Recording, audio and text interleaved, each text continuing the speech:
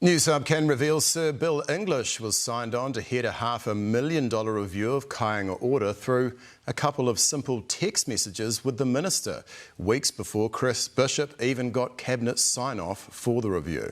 Kāinga Ora's response to the scathing report says they were hardly consulted. And News Hub has got hold of text messages showing it was the Minister's preference that they had no involvement. Political editor Jenna Lynch has this exclusive report. Billboard duty with Sir Bill English and Chris Bishop back in 2017. 6 years on, out with the staple guns and in with the calculators. Sir Bill appointed to undertake a review of Kāinga Ora, which when completed was highly critical. Kāinga Ora is underperforming and not financially viable. And News Hub can reveal how the former PM came to head the $500,000 probe. We've obtained the text exchange. The first contact is direct from Sir Bill. Chris, will there be a review of KO? Bishop replies, we're going to do an independent review into finances, performance, cost, etc. Commence at ASAP, hopefully get terms of reference and reviews sorted before Christmas. Sir Bill said, I could help with that.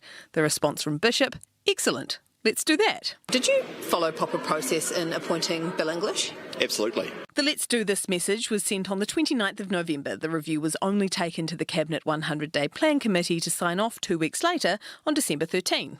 You said excellent, let's do that before you even took it to Cabinet. Yeah, well, I was expressing interest in getting him to do the review. It doesn't sit right, and everything suggests that this was a stitch-up and that the outcomes were predetermined. A day after Bishop gave the green light, Sir Bill issued some terms of his own. I will help if it's a short, sharp review, no public submissions or field trips. Bishop agrees, saying definitely not. 3 people, you and 2 others. He goes on to say no involvement from KO. Independent.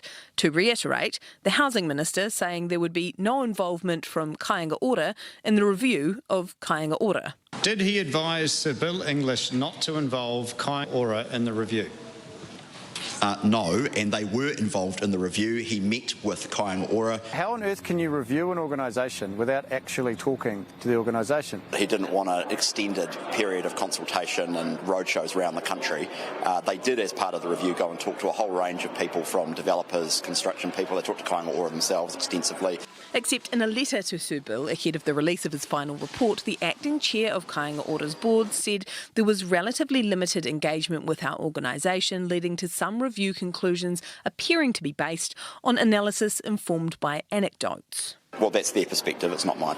It's an absolute shocker. The whole thing's a stitch-up, no doubt. Do you see how it looks like you've just appointed someone who's going to tell you what you want to hear? I reject that utterly.